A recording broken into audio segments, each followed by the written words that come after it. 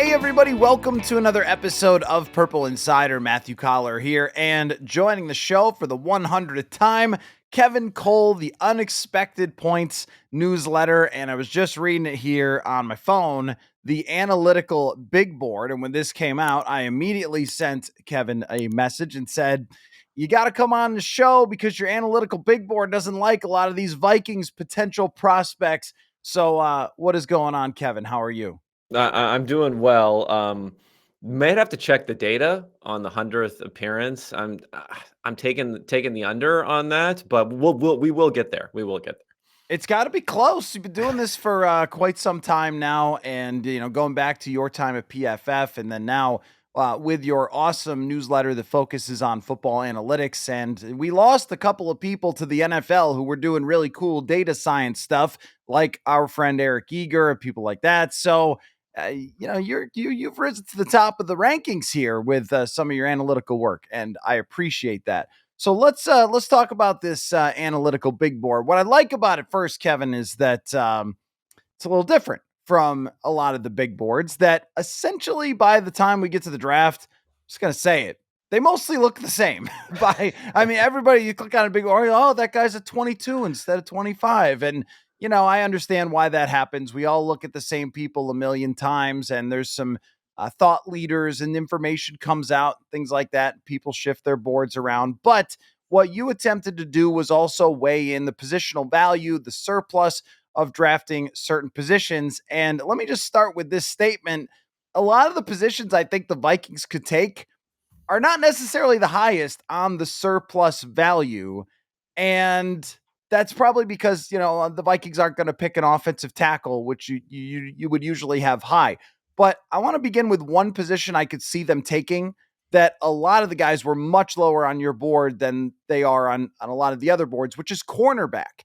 Have we lost the cornerback position as being considered premium in this world? Because a lot of the guys, even Jahdae Barron, who I really like for the Vikings, Trey Amos, players like that, are really not among your top guys on this analytical board. Yeah. I mean, maybe I'll just explain as quickly as possible the analytical big board. So it looks at second contracts, how much value players are typically getting at a position when they're drafted at a certain draft slot on average, smoothing it out along the way there. And then it says, okay, we know what the rookie contracts are going to cost. That is locked in for the next 4 years. So how much additional value could you expect drafting certain players at certain positions? So that's kind of the framework for this. And as you mentioned, of course, quarterbacks get moved way up, where even a low end starting quarterback, according to my numbers, is probably going to be making, $25 million a year or something in that neighborhood. We saw Justin Fields go for 20 million a year here. And then next is, and this is research I've done a few years ago and updating as it goes along, I kind of divide the non-quarterbacks into three different tiers. So the top tier, who are expensive for second contracts and are difficult to find outside of really the first round, but even outside the first couple of rounds, are offensive tackle, edge rusher, and interior rush, really pass rusher. We're talking about on the defensive line. So what's interesting is prior analysis, I had tier 2 being wide receiver and cornerback. Now, and as you mentioned, cornerbacks have fallen a bit relative to wide receivers because we've seen these very enormous wide receiver contracts come out. We've also seen early wide receiver picks, like let's say a Jamar Chase, Justin Jefferson, maybe not that early, but at least first round. There was like this first round curse going on with wide receivers for quite a number of years. So we've seen them making a lot of money and more success early, but still success in the second and third rounds. So they've almost separated. They've almost formed a 1B type of tier below these other ones. And then cornerback is left after that. So if you look at like the top 10 contracts in the NFL right now between wide receivers and cornerbacks, I think 9 out of 10 are wide receivers in annual per year. So it really shows the separation there. So for that reason, cornerback has fallen down a bit. So for me, it was a tier 2 position, but now it's actually kind of fallen a little bit further versus wide receivers. And that's why you can find them, but they're just not as valuable. If you look at the contract that Stingley signed, it's just not on the level of a Justin Jefferson or someone like that. And the impact, I think, has also been a bit more muted in the first round versus finding some guys in the second or third round that can be very successful.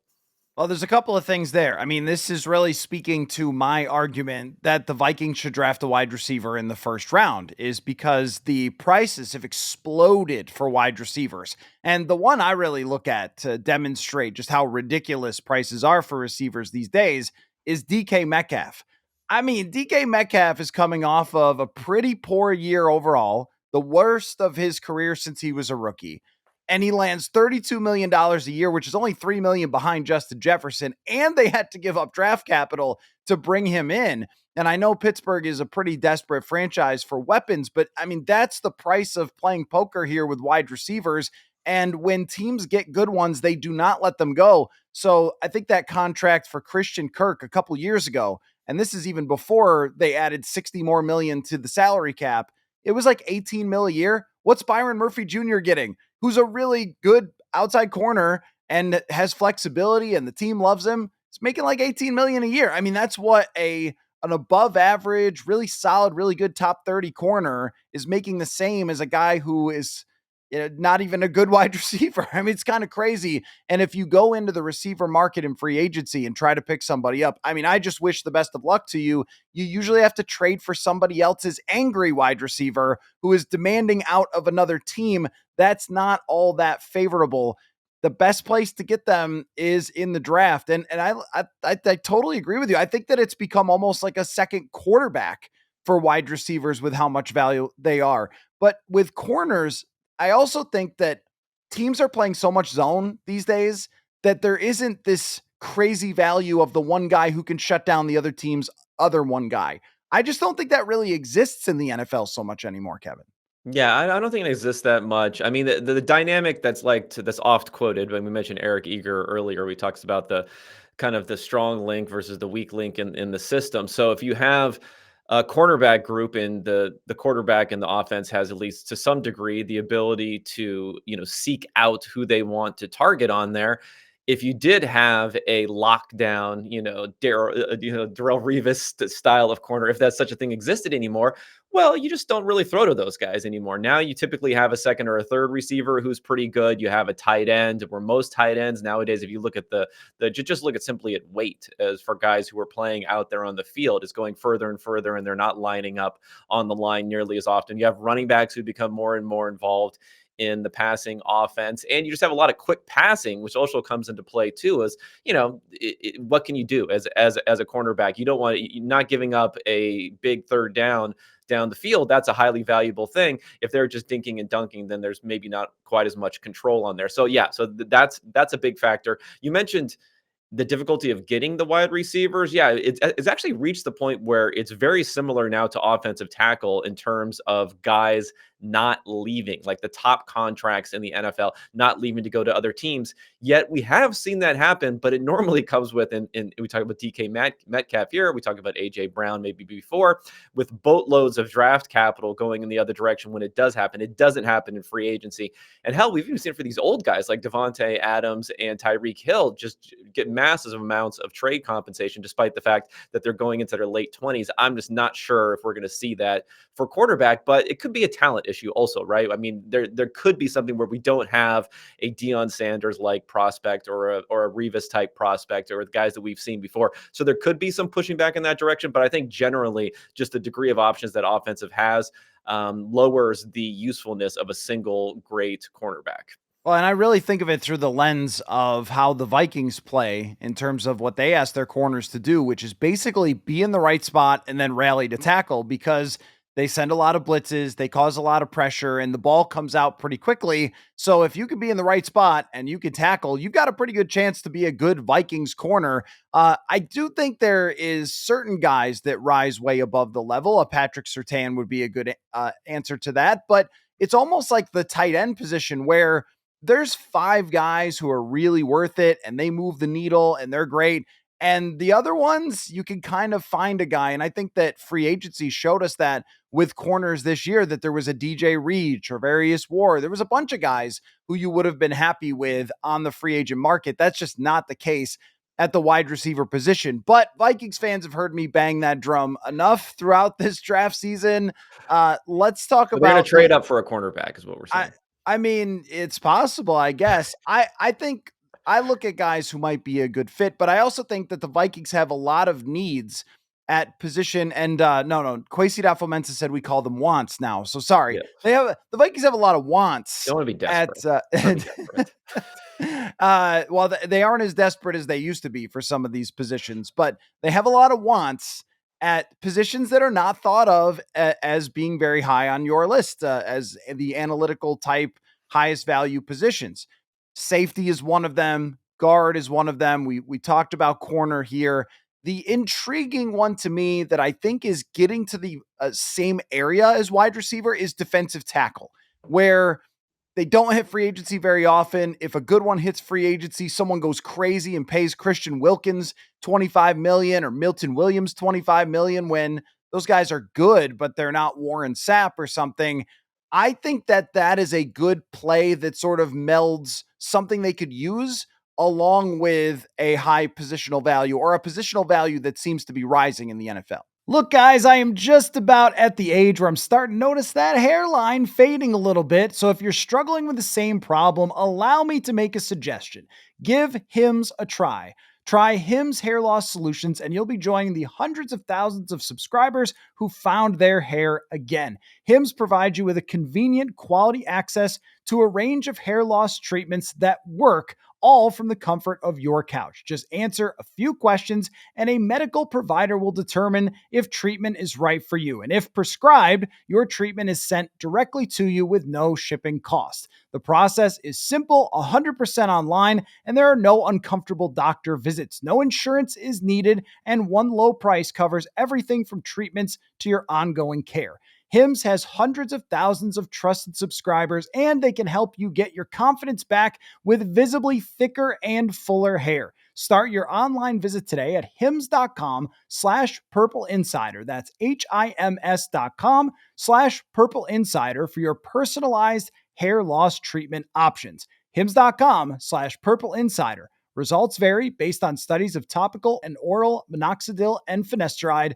Prescription products require an online consultation with healthcare provider and will determine if a prescription is appropriate. Restrictions apply. See website for details and important safety information.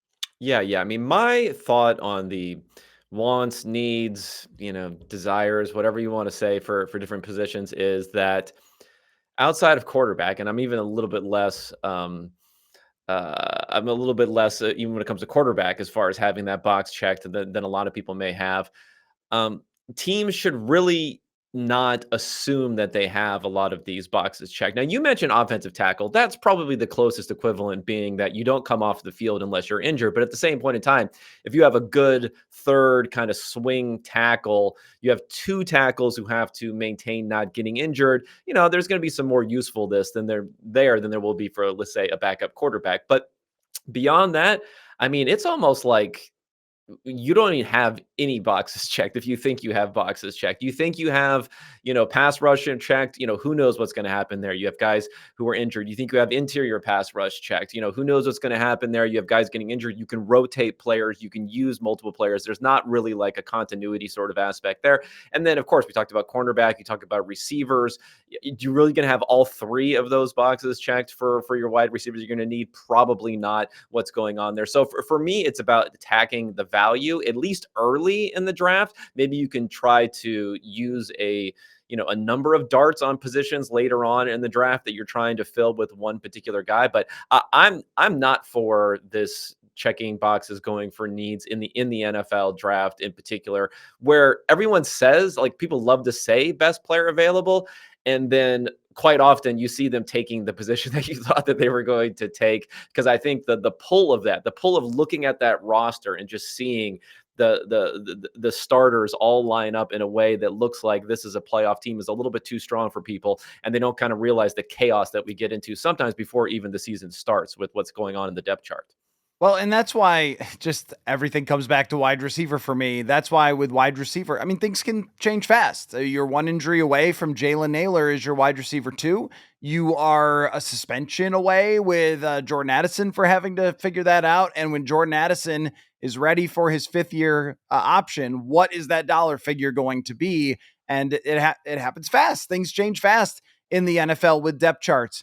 with the defensive tackle position specifically, the Vikings go out and spend a lot of money on Javon Hargrave and also Jonathan Allen. But you mentioned the rotational aspect. I think a 500 snap defensive tackle is really valuable in the NFL because that means someone else only has to run out there for 500 snaps. And if you have those guys fresh, healthy, and they're going up against offensive guards who have played, 55 minutes in a game at the end, I think that that's an edge of just having fewer snaps. We think of, oh, well, this guy played more snaps. He's more valuable. That's true. But we've also seen someone like Harrison Phillips, I think, get ground down as he goes along playing 700 to 800 snaps. And you could draft someone that if they click, they could be good for a really, really long time. That's what I like about the defensive tackle position. Those guys, year in and year out, like, what do you expect from Vita Vea next year? He'll just be great, right? Like, do we ever say, well, he could go up or down? Not really. Not with that position. Yeah, yeah. I mean, I think there's a reason why the concept of motor, someone's motor, in only really comes up in for the defensive line because it's a lot of work. It's a lot of work, and when we're on the offensive line, you kind of let the player come to you a little bit more than vice versa. So it's a ton of work, and I wouldn't be surprised. And I don't have the exact data to work on this, but I wouldn't be surprised if teams are looking at this also.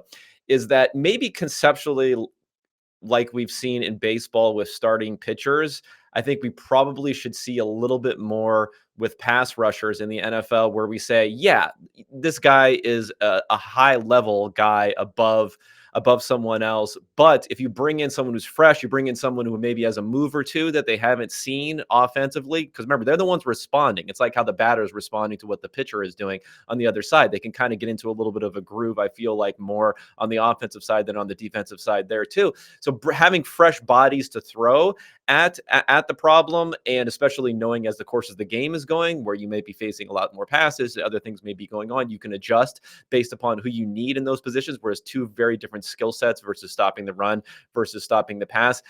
It's just a position where there should be more duplication and maybe not as much reliance on the top names.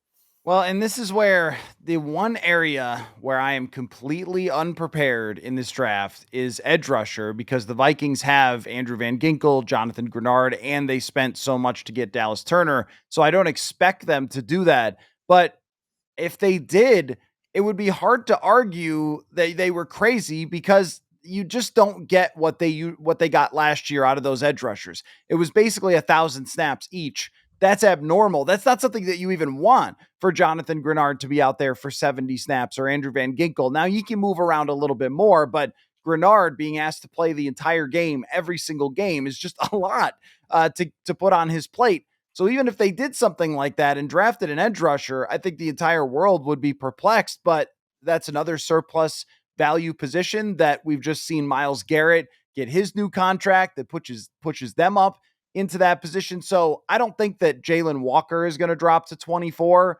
But if somebody like that did, who has exceptional pass rushing ability, I might say, all right, well, whatever. Like, figure out a way to play that guy. Maybe that's where I need to do my final draft prep, is just make sure I know who these people are, because I haven't looked at the guy from Marshall or the guy from Texas A&M because I just don't expect them to go in that position. Now, let's look at a couple other spots here. Safety on your board is just really nowhere close to a lot of the other top positions. Malachi Starks is really interesting to me for the Vikings because he plays multiple positions, because Harrison Smith is probably going to retire after this year. Theo Jackson is a good player for them, I think, is going to be a good player, but hasn't proven anything in the league yet. At the same time, safety would set off my analytical brain a little bit too. I just don't know. That was my issue in 2022 when they took Lewis Seen, that even if he had turned out to be a good player, that's someone you can get in free agency to be a good player. The guy has to be unbelievable in order to justify taking it in the first round. Do you agree with that? I agree. Now my philosophy is that you can't, it's rather than, be racked with this kind of emotional trade-off of what you're going to do. Just throw some money at some safeties and free agencies, and then you don't have to worry about being put in this type of situation. Now, not everyone can do that. It doesn't always come up. There are some safeties who end up having what looks like fairly absurd contracts sometimes in the off season that don't end up panning out. So I'm not saying just waste money on that sort of thing, but there can be some benefit to doing that.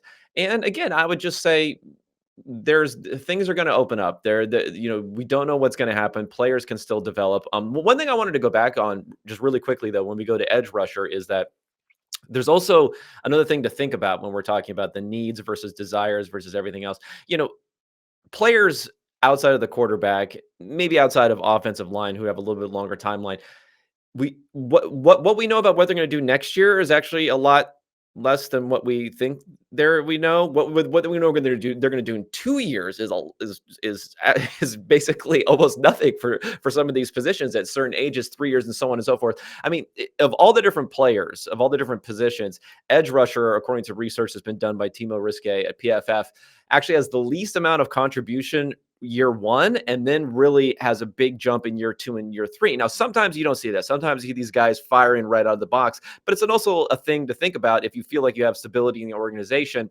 if you feel like you have a timeline, if you feel like, I don't know, if you have a quarterback who's going to be starting for the first time, and maybe next year or the year after that, when Jefferson's still in his prime and everything else is going forward, can really be the time to go for it. You can also, think about spending these positions knowing that year two, year three is when things are really gonna come into play. It's not the easiest decision to make. Again, it doesn't look as good when you're looking at a roster and you have those names on there, when you have them, 2 or 3 lines down rather than starting. But it's something to also consider as part of building this puzzle, not only for this year but in future years.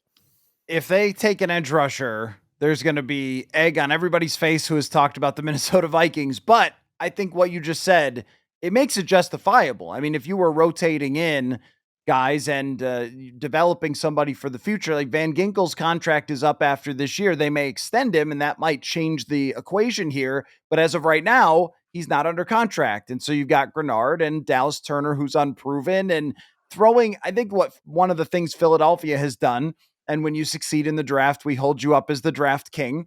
They've just continued to say, we don't really care if we have more defensive linemen. We're just going to draft defensive linemen anyway. And I'm sure there's been a lot of reaction there that's like, another one, really? And yet, then you look at the Super Bowl and they've got 50 guys running out there and making plays. So I will be unprepared and very surprised if they do that, but it will be also pretty justifiable. How do you feel about guard these days? There was a lot of discussion about guard because if we're talking about defensive tackles being crazy valuable, shouldn't the guys that block the defensive tackles also be valuable? Yes and no. I mean, I think there's definitely more value. We've seen contract values go up quite a bit. What's missing from the equation when it comes to guards is, historically, they haven't been drafted super early versus these other positions. We've seen it sometimes to good effect, sometimes to not so great effect. But the other thing is, when you look at free agency, a lot of the top contracts, a lot of the elite players have been players who have been fully let go in free agency and allowed to go and sign somewhere else, not even as part of a draft pick compensation. And I think that's really a function of the structure of the franchise tag, where the franchise tag gets a single one size fits all franchise tag on the entire offensive line. So if you're going to franchise tag a guard, you're putting them at an average top 5 salary for a tackle, is what you're basically forced into doing as part of that equation. So I think for that reason, they're let go a bit more. So it's more of a position, I would say, overspend in free agency. I'd be a little bit more comfortable than going early in the draft. But typically, if you get to the mid rounds or if you get later, that's fine for me. Yeah, with the Vikings being with number 24, I think this does complicate it a little bit when we talk about these positional values because they're not going in the top 10 here. And if they were picking a guard in the top 10 or a safety in the top 10, you'd be like, that's a reach and that's not going to get you what you think, even if it works out. And we'll talk about Ashton Genty and where he is on this board for some of the same reasons. 24 with the potential to move back into the first round. So that's my question. the positions that are not being talked about by us here as the ones that you want to really go all in on because of the contract value, when does it become an equation of that guy actually does make sense there if you can pick up extra draft capital down the road? Yeah, I mean, I think let's just talk about interior offensive line, or more really guard. I mean, centers in a whole nother category as far as almost like the safety of the offense when we talk about contracts there. Um, yeah, I mean, once we get into the guard is at the top of what the third tier of positions. So again, we had tackle, edge, interior, pass rusher, wide receiver, cornerback, and then now everyone else falls into it. So they are more at the top, whereas safety is more at the bottom of that discussion. So as we get into the middle of the second round, it's more of a flattening of the value that you'll get. So whether you take one at the end of the first round or at the end of the second round, you're not necessarily deriving a lot more value doing it at the end of the first round versus the end of the second round. So yeah, if you can combine these things together, trade backs are very powerful, and they essentially just give you more wiggle room to be wrong or to be not as right as you thought you were, and you just accumulate that value, which can give you some more spots. So yeah, if you traded back, I think that's fine. Once we get into the middle of the second round, I think guard or some of these tier 3 positions are looking okay. But once we get to safety, running back, maybe even tight end to some extent, it's hard because there's just so few tight ends to really gauge how good they are. Then I'm looking more into the third round or further back. Where do you stand on the Vikings potentially trading down? Because I wrote about this. Kwesi adofo-mensah talked about it a lot. And there's really this back and forth of if somebody who you have as a top 10 type of prospect, top 15, drops to 24, then their value, if you think they're a potential star, could be more. Say Justin Jefferson or Christian Darrisaw could be a heck of a lot more than 3 or 4 players that you pick in the third. And I go back through the Vikings' third, fourth round picks and I go, I don't know, man. My pants are really not set on fire by looking at this Alexander Madison and Jalen Holmes pick, right? And yet, in the back end of the first round, the Vikings have picked some legitimate star players. At the same time, I understand what a lot of the math says about trading down and accumulating multiple players. So, where do you stand on that? Yeah, I don't really know how these things are viewed inside of NFL buildings, but I'm always a little perplexed by the idea of a quote unquote true first round pick, or these are every team has somewhere, it seems like, between 12 and maybe 18 first round picks that they've graded as a first round pick. Somehow all 32 teams get one of those 12 to 18 players, which I think is fine. Is always a little bit interesting in the actual first round. So because there is such a focus of it in some media things, maybe it's overly weighted inside of draft rooms also to say, hey, we check that box. At least by the numbers, some of these trade backs out of the first round into the second round can be very profitable when you think about, that you're not giving up a lot in value to move back.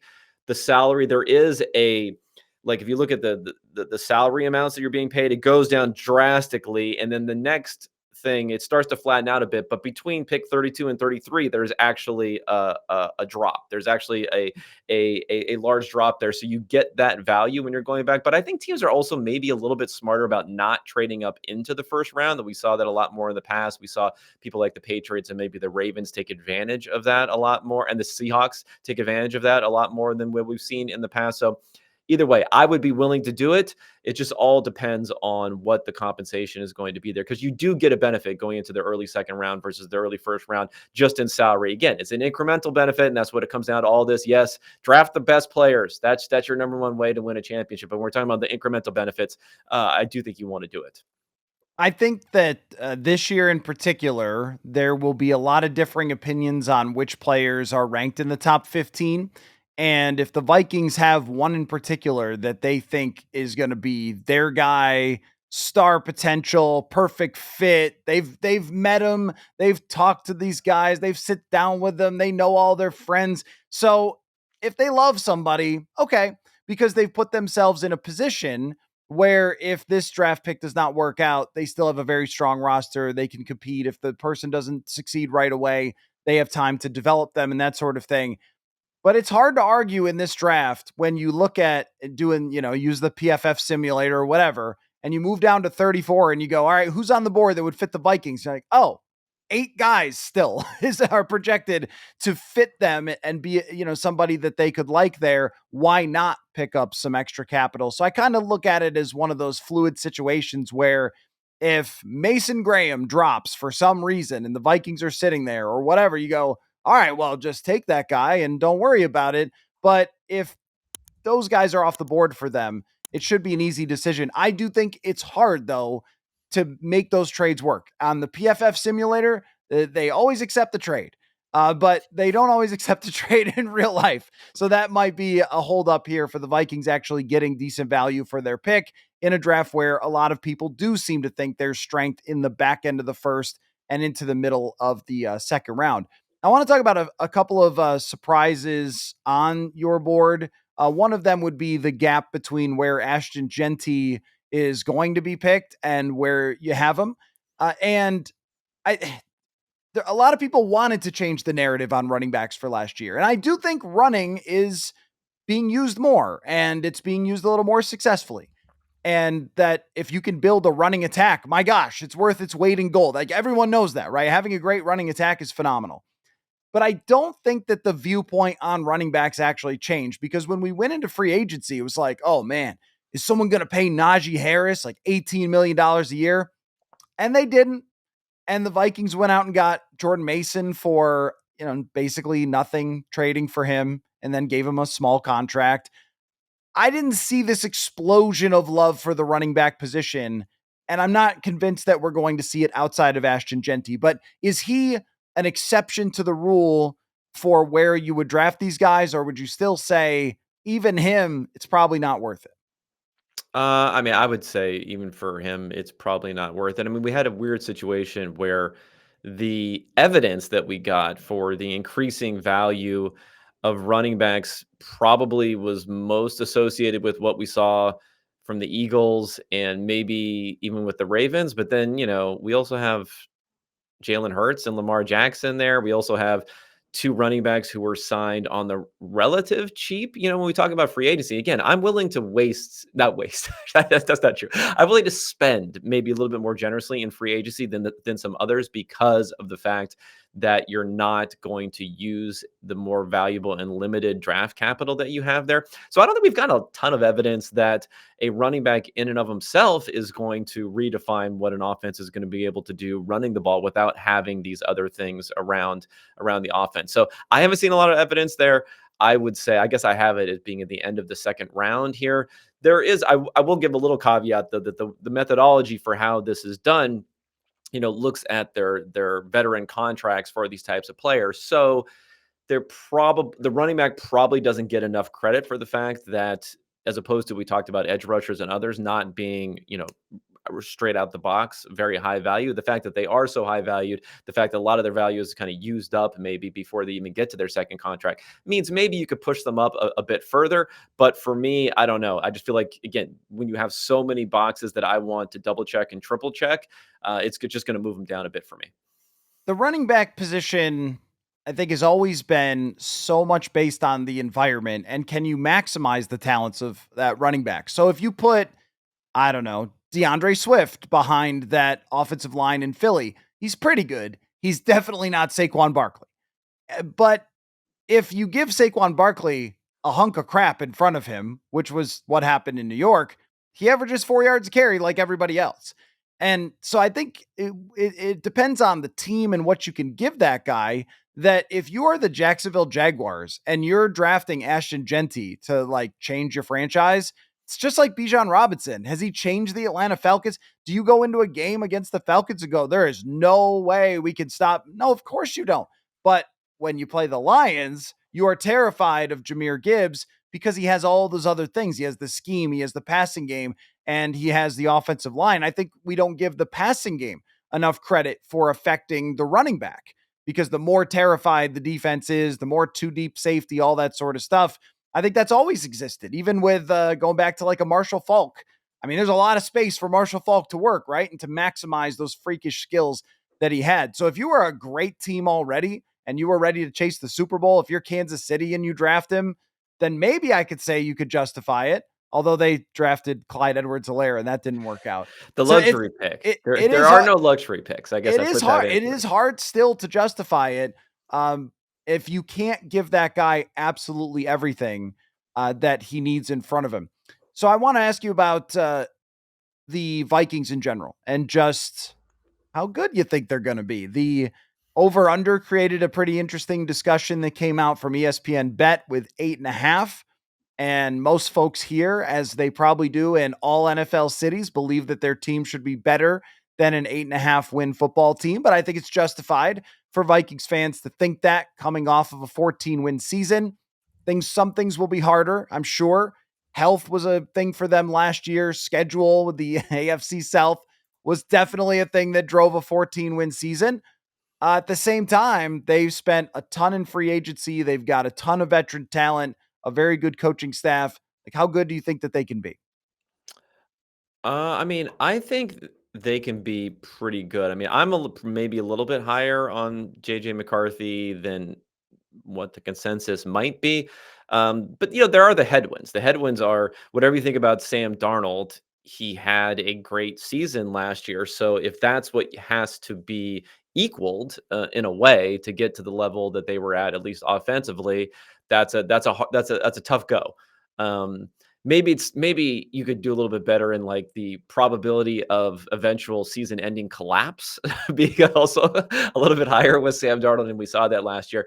I mean, the other thing working against them is, of course, the defense being so good last year that it just typically isn't the case that you see that year over year, or there's more instability there because you don't have the equivalent of the quarterback keeping the floor and the ceiling a bit higher there. So, and then you combine it with the fact that we'll see with the Bears, but you do have a quarterback entering his second season, which typically there's a jump up as far as that's concerned. And then you have a couple of other very, very strong teams who don't have major pieces moving apart. It looks like, what could have been already the best division in football, statistically likelihood maybe even higher that ends up happening again. So there's a lot of headwinds, I guess I would say. But at the same point in time, when you have a quarterback and you have a new quarterback coming into the mix, I still get excited for the possibility of getting that elite play and pushing everything forward, because there are scenarios at least where you get such good play out of the quarterback that even if the defense does fall off, you can still maybe not have as many wins, but have a stronger team to eventually compete for a Super Bowl. So you weigh everything together, and if you're going to come up with a median type of number, which is what we're talking about for a win total, the fact that it's at 8.5, although it's skewed to the upside, so it's probably more between 8.5 and 9, it might be correct, but it doesn't mean that the tail end of the outcomes that are higher isn't looking fairly strong.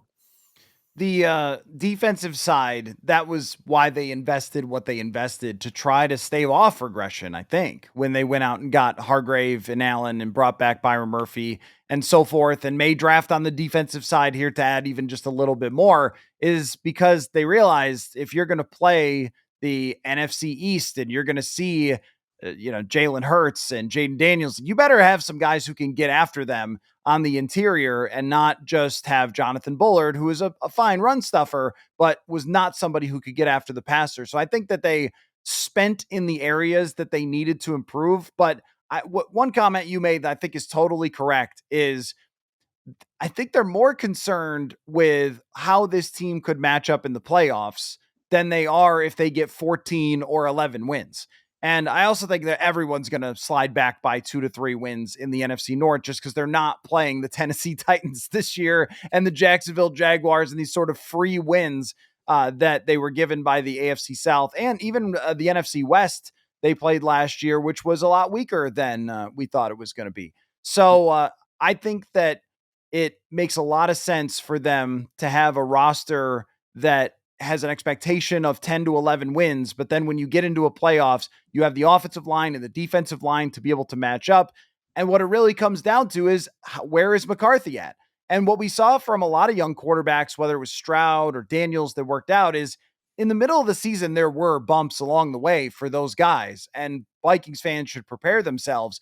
But by the end of the season, if your guy is on the upswing heading into the playoffs, I think age is just a number here when it comes to that quarterback position. We have seen a lot of young quarterbacks have success going into the playoffs. Yeah. I think this is it's an interesting case here, though, when we talk about injury and going into a second year, because if let's say Sam Darnold was declared the starter and balled out last year, and JJ McCarthy basically didn't play. I would look at him going into this season like a second year quarterback. I would not look at him like a rookie quarterback where there's typically suppressed performance, and I would say what he's going to do this year is going to be very similar to what you probably going to expect for him going forward. Now, what you're getting there is you're getting, mental reps, you're getting scout team, you're getting a lot of other things that you're learning along the way. I don't know if we have a large enough sample of guys who were injured as rookies. We have a sample of guys who didn't play as rookies who didn't, it doesn't seem to have any effect on their development, whether we're talking about Aaron Rodgers or whoever along the way. Um, so I don't know. There's a little bit of a test case here to see whether or not there will be more of a learning curve than there would be for a typical second year quarterback, even a typical second year quarterback who didn't play. Because age, I don't bring into it nearly as much either as when it comes to NFL experience. I believe that there isn't any other cases of a team drafting a quarterback in the top 10 and then him immediately getting hurt. So, of course, the Minnesota Vikings would have that uh, little factoid I mean, as you're they have getting so many something of though. those. I still think mentally you're getting something Oh, being yes. part of the team that you're not. It's just where does it fall in? I mean, it's an interesting question. I guess I would lean more towards you're getting probably like half of maybe the development that you would have been getting otherwise, but I could be way off on that. Maybe there is just a physical muscle memory timing sort of thing that's going on in practices that you don't have. I don't think you're way off on this because of the way that they handled him behind the scenes. It was not like they sewed his knee back together and said, go back to Illinois, where you're from, and sit in your house and think about what you've done. They had him basically game planning for every single week and preparing as if he was going to be the starting quarterback. And over the last 5 months during his rehab, when he's been on the field throwing in his rehab, O'Connell told us this yesterday. He's basically been running the offense by himself with all those different types of throws. There's a lot of experience here that goes into it that's different. But one thing we forget about rookies is that they don't even show up from the beginning of the offseason program. They have their own little special mini camp and then they're in OTAs, like having no idea what they're doing, as opposed to McCarthy, who knows the entire offense. He knows the coaching staff, he knows the wide receivers, and he could show up from day one and learn the offense from the very start rather than trying to just show up and play catch up and then figure it all out on the fly. So I think it is a massive, massive difference. Before I let you go, Kevin, give me the draft take that you love for this year. And I know it has not been the hottest draft. It's not one of those years where there's a ton of amazing debates and everyone's complaining about it. But what's the take that, let's just say this, social media used to be a lot more fun with Twitter. You did a lot more arguments and stuff going on. Now it's just, I don't know. But let's say if you tweeted out one of your takes, which one would get the most people coming after you about Oh this year's god, I draft? don't even know if which ones would have the most people coming after me necessarily. But I mean, this is I kind of sound a little broken record on some of these takes, but I mean, any sort of take I could craft of drafting these quarterbacks, in particular, let's say the Jackson Dart and maybe Milrow like a lot earlier than where they're being projected or people are talking about they should go. I guess that would be it. I'm just like, dude, who cares? Like first round picks bust all the time at other positions. No one seems to care. I think part of the whole thing is, and this is interesting. Someone put out I think it was Orlovsky put out something like what's worse, missing on a first round quarterback or missing on a big free agent quarterback. And it's like, well, number one, like you're not guaranteed to miss, like, missing doesn't have to be part of it, but part of missing on a first round quarterback, why it's bad, is self-imposed. It's you're too locked into this guy, you build everything around it, you're psychologically, like, everything in the media says this is your next guy, this and that. If you can somehow block out the noise and say, we're just bringing in someone to compete here, just like we would bring it at other positions, and we'll be willing to move on just like we are at other positions. I don't know. I look at these guys. I'm not a film expert. You talked about consensus big boards. They all start to align after a while. Are these guys really like a tier so far down below some of these others. I'm not quite so sure of that. So, I mean, who the hell knows? It could be another 2022 where all the quarterbacks stink, and maybe I'm completely off on this one. But I would say, why not look at taking these guys in the middle of the first round, maybe even earlier, if you really wanted to take a shot on one of them and not worry so much about the potential that you miss. The way I look at it is if the NFL evaluates a guy as a first round talent at the quarterback position, they all kind of have the same chance to work out. It's Yeah. like, well, McCarthy's QB5. I don't know. QB5 was Lamar Jackson. Like there's a lot of these Yeah. guys. Yeah, If for they me, it's always the risk of not getting the hit vastly Yeah. outweighs the risk of the miss, and people look at it completely in the other direction. They just see quarterback miss and the risk associated with that. Whereas if you look at a lot of the top quarterbacks, of course, you have your Joe Burrows and your others who go number one, but a lot of these other guys, whether it's Mahomes, whether it's Josh Allen, whether it's Lamar Jackson, whether it's Justin Herbert, or whether it's Jordan Love, where there's all these. You look at all these guys, and you're saying like, can you make any case that they were completely maxed out on how early that they were taken? No, they weren't completely maxed out. At the same point in time, a lot of people would have told you they would have been ranked anywhere between 10 to 15 to 20 spots lower on a lot of big boards. Maybe not Lamar Jackson, but the rest of them would have been ranked quite a bit lower on a lot of these big boards. So throw the big boards out the window. Forget about getting your highest grade possible and your highest likelihood of someone looking back 3 years from now and saying, "Oh, we got a hit on that," that edge rusher because they're like a decent player. No, forget about that. Let's go ahead and take some swings at quarterbacks, and then everything else can kind of fall into place. It's funny because I kind of think of it like if you if you have money, you can make money. So if you're San Francisco and you draft Trey Lance, it's okay. Like you're already Yeah. San Francisco, you're great, your roster's great. You already had a good starting quarterback there that could still take you to the NFC Championship and one drive away from the Super Bowl again even after you draft Trey Lance, and then you can set up whatever other random quarterback you take in the 7th round to be your guy. Like that's a team that can screw up at the quarterback position. If you're the New York Giants and you take Shadur Sanders, number 3 overall, you have to play him. He has to be your guy.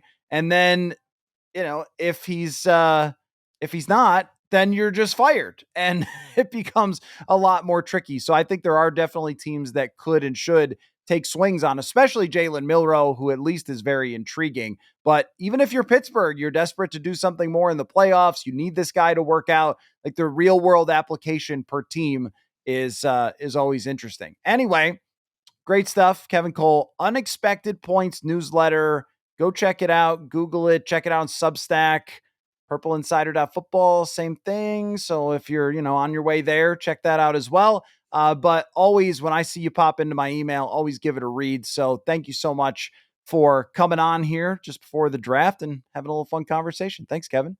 Appreciate it. And yeah, I got to track it. I'm going to say we're somewhere in the between maybe 20 appearances, but probably not. So somewhere between 10 and 20. So we're going to get there though. We need a counter, but you know what? I haven't been paying attention. All that means is that you have been extremely generous, and I appreciate you. So Well, thanks. I appreciate you having me. I love talking to you. Number one, I love working through kind of in my head when I'm talking about these things too. So I always appreciate to come on. Unexpected Points newsletter. Check it out. We'll talk to y'all soon. Football.